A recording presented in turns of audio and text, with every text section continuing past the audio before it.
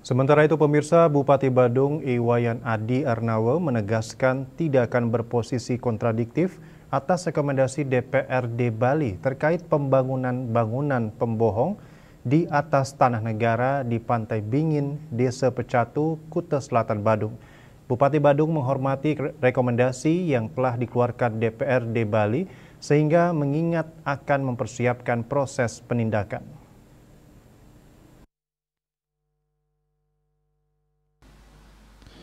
Adi Arnawa berharap kasus ini dapat menjadi pembelajaran bagi masyarakat untuk melihat status tanah lebih dahulu sebelum membangun. Bagaimana nanti ketika diketahui lahan itu bukan milik yang membangun, haruslah ia keluar dari tanah itu sepanjang sang pemilik belum memiliki izin.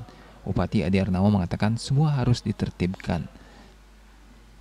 Dan tentu kami juga akan berhitung ke depan terhadap masyarakat kami yang mencari mata pencarian di tempat itu. Tapi di awal ini kita harus bersihkan.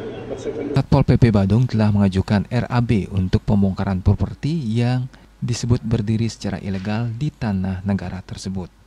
Sebagai tokoh masyarakat setempat, Adi Arnawa menilai pemilik bangunan di Pantai Bingin telah legowo. Di sisi lain, menindaklanjuti rekomendasi DPRD Bali merupakan langkah awal menuju proses lebih lanjut mengenai pemanfaatan kawasan Pantai Bingin ke depan yang sesuai peraturan perundang-undangan.